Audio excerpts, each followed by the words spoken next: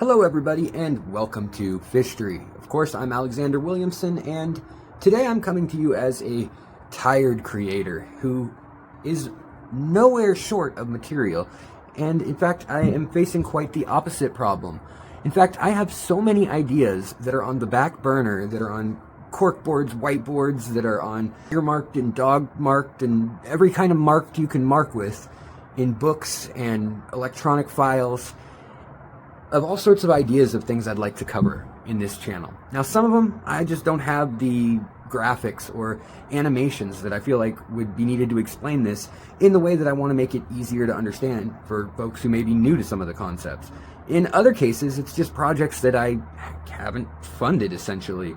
I mean, I've had the idea of building a pressure cooker.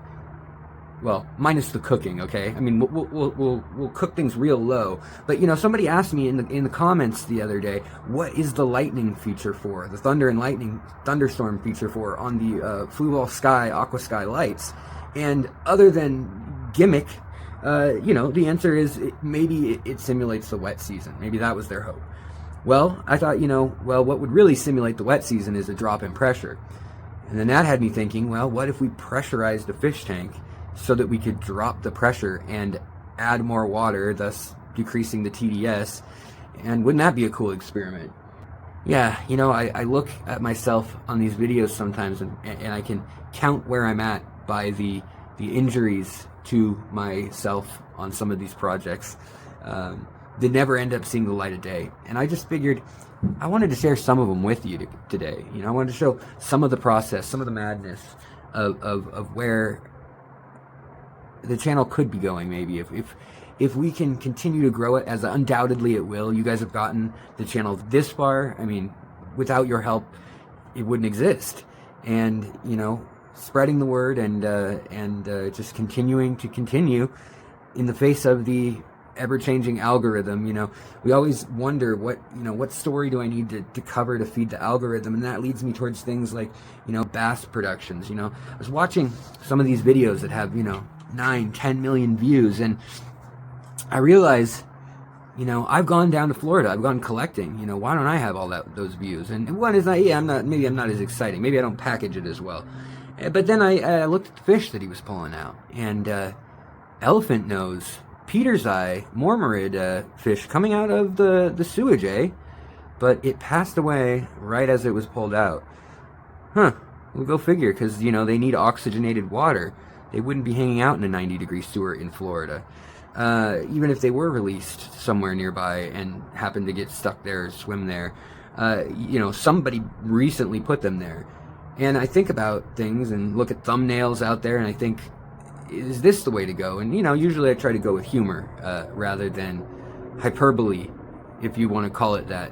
Clickbait, whatever you want to call it. But it leaves me torn on what is it that you guys want to see the most. It leaves me torn on what it is that you guys would like to see most, what it is that I can feasibly do. And lately, worst of all, it leaves me a little bit paralyzed doing anything. Now, when I can't come up with a video idea, I think, you know, what if I just go back to the way it used to be and I just talk off the cuff, just you and I, all 70,000 of us now and me.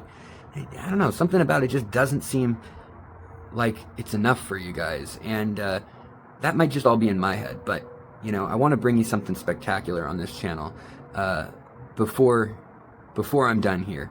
And, you know, I start looking through the news, I start looking through academic journals, I start looking through old books and talking to old-timers and experts in different fields, and just trying to decide on what we want to cover. And I can never put my finger on where the idea or the creativity will strike.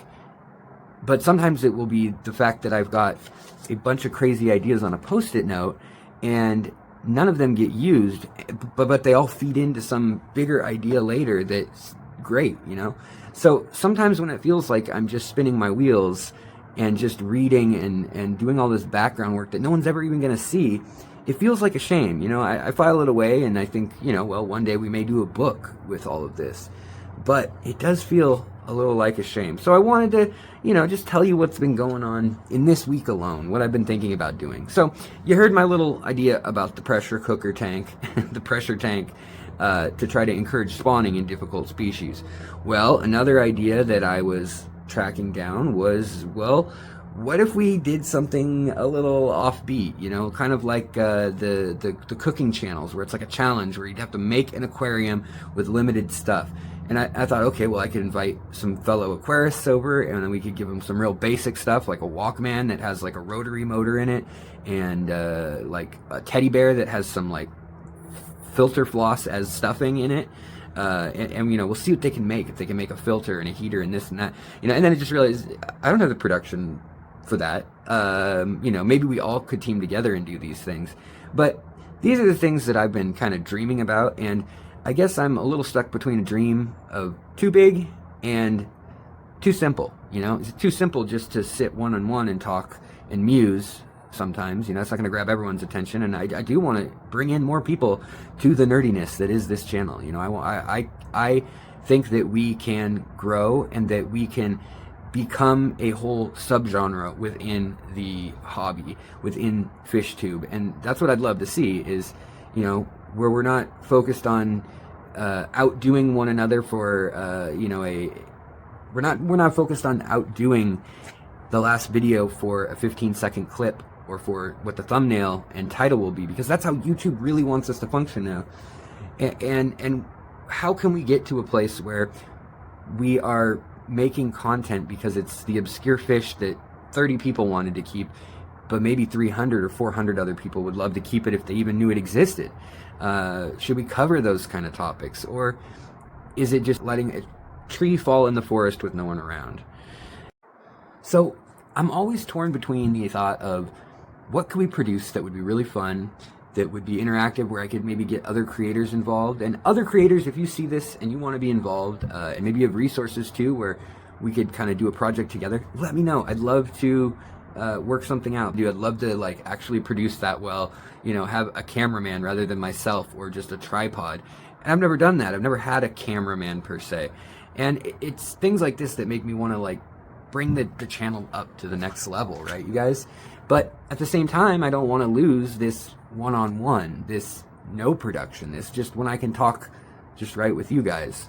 With the scope of things though, I'm always torn. I want to cover things like important things like the destruction of 1/3 of all freshwater fish, 2/3 of all freshwater fish being threatened with habitat destruction and population drops, and somehow nothing seems to seem important enough. There's not a clickbait title or thumbnail that seems important enough that anybody will ever click it over, I don't know, feeding piranhas a bunch of pinky mice or something. And it gets me down for a moment or two, and then I, start to think, okay, well, what if I came up with a way, and this was earlier this week, to impact the hobby and help the environment? Who's cutting down the forests? Who's burning Borneo and Java and Papua New Guinea? And who is profiting from this? Who's doing this illegally in those national parks and things? I always hear organized crime. And so I've done this research. For months I've been doing research on these various forms of habitat destruction. And a lot of times it's left as organized crime. But it's very organized in some places. For instance, in Malaysia, there is one company that is responsible for clearing out in the last year alone a space the size of the entire country of Singapore. Granted, not a big country, but on the island of Borneo and in some of the last vestiges of orangutan habitat, and many of these fish as well that are going extinct, the time is running out. And I don't know about you, but I think we could find a replacement for, paper, pulp, and mulch, rather than thousands of year old growth forests. So, unfortunately, those videos don't seem to do so hot. So, I think about, what about something more visual? I mean, maybe burning rainforest doesn't seem, visual enough for everybody. So I look and I research, What are we doing to pull plastics and microplastics out of the ocean? Well, are they even that bad? I mean, it's plastic. It probably breaks down into chunks, falls to the ocean floor, and then it's just gone forever, right? Well, no. It says that even we have microplastics in us now. Every human on Earth. Not good. Not good at all, especially when so many humans rely on fish as their primary protein source. And I just feel a bit lost sometimes at what to cover. So I just wanted to share some of these disparate, not desperate, I guess they're desperate sometimes, disparate ideas on what we should cover here at the channel. And I want your input. You know, there's a couple things that I could even use your help for. And maybe when we get the Discord set up and running, this will go easier. But things like, I don't have a 3D printer. I still don't have a laptop that's good for editing, that is. I can stream from the one I have, and I'm eternally grateful to the viewer who donated that to me when my MacBook bit the dust 2.5 years ago. But I do have a nice fancy phone, looking at you, nice fancy phone. And my idea was, well, why don't we review the 10 best 3D printed things in the aquarium hobby? I don't have a 3D printer, but I could show you pictures. Well, that's pretty boring. So, you know, we want to test them. We want to try them out. And it'd be fun, though, to put the files online and everything once we assembled those top 10. So that's something that maybe one of you creative types who's into that, one of you tech meets creative meets fish nerd types could help me out with. If you want to, you know, you can get at my email, alexanderjwilliamson@gmail.com. What else do I have for you this week? Well, there's everything from species profiles to, you know, thinking, well, what if we uncover the wholesale pricing structure of fish? Well, then at the same time, well, I don't want to undercut the people who actually have to make a living, whether that's a local wholesaler or a regional wholesaler. It's all economies of scale, and each of them have to do certain things. And if they're doing the right things, that's a lot of medication or a lot of time in quarantine, one or the other. That's a lot of moving bags that are heavy, filled with water, 8 pounds a gallon, moving all across the world in airplanes where air freight is just off the charts. I mean, we could do a story about that alone, how air freight has tripled in the last decade for our fish delivery. And yet the ethics of fish delivery have improved with people like Dan's Fish. That itself is amazing to me.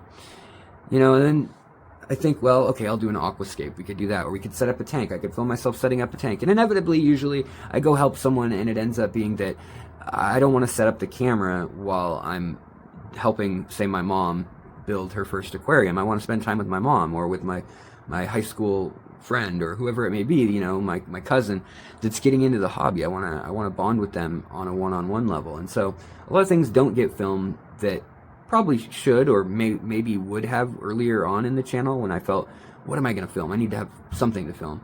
And now I'm kind of paralyzed between this. Do I film it and take the time to edit it? For every minute or two you see on screen, it's going to be an hour of editing and back work in the filming, taking multiple takes, lighting. Yeah, I know I don't seem like the most professional dude ever sometimes, but I do take a lot of takes. There are so many versions of every video you guys have ever seen, and that's kind of what drove me to want to just tell you guys this in this video format, which is that for every video you see, there's like 3 or 4 that are half done and may never get done, and some may get done, and some may get turned into something even better. And that is kind of beyond the fact that I still haven't gone back through my old catalog and said, let's take down some of these videos that are 6-7 years old that have, in my opinion, good content that was well researched, but, you know, I'm holding the camera like I have, you know, Parkinson's or something. No gimbal, no stabilizing on the camera, under 1080p, you know, those sort of things, before I could even afford things like the tripod or this lighting for being able to do a shot like this, or the mics and things. So, most of all, I just want to thank you for being along for the journey. And even when I have writer's block, which is I guess what this is it's creative block, but it's not a block, it's that I have too many blocks and I want to play with them all. And I just need to pick a path, right? And I want to pick the path that's best for the channel. And sometimes I feel very torn by, I make a video that I think is going to turn out very popular, and it doesn't. Another time I make one that I think is going to be nothing that my viewers, that you guys would tend to like, and yet it does really well, but I don't see those of you who hang out in chat, or those of you who are on almost every video. You guys comment even less on some of these videos. You know, top 10 lists are always easy, right? That's kind of a go-to. But just going forward, I'd like to have more experts. I'd like to go to more places and get you more, you know, exciting things and visuals of what's going on in nature, the wonder of it, right? And hopefully less of these like 3 in the morning in the carport. I was just filming and photographing the Aurora Borealis here in Seattle. Beautiful, beautiful stuff. And thinking, what am I going to do for a video? Yeah, stay tuned. We've got some good partners to work with on the channel. We've got incredible community members. And of course, I can't do any of this without you guys, without the memberships, without the Patreon, even though I neglect the hell out of you guys. And it just means the world to me that you guys are here and in the comments and in the emails, and that hopefully I can help out a little bit for some of you and maybe mildly entertain another chunk of you. All right, guys, thanks for watching, and I'll see you next time. Bye. Fishtoryì.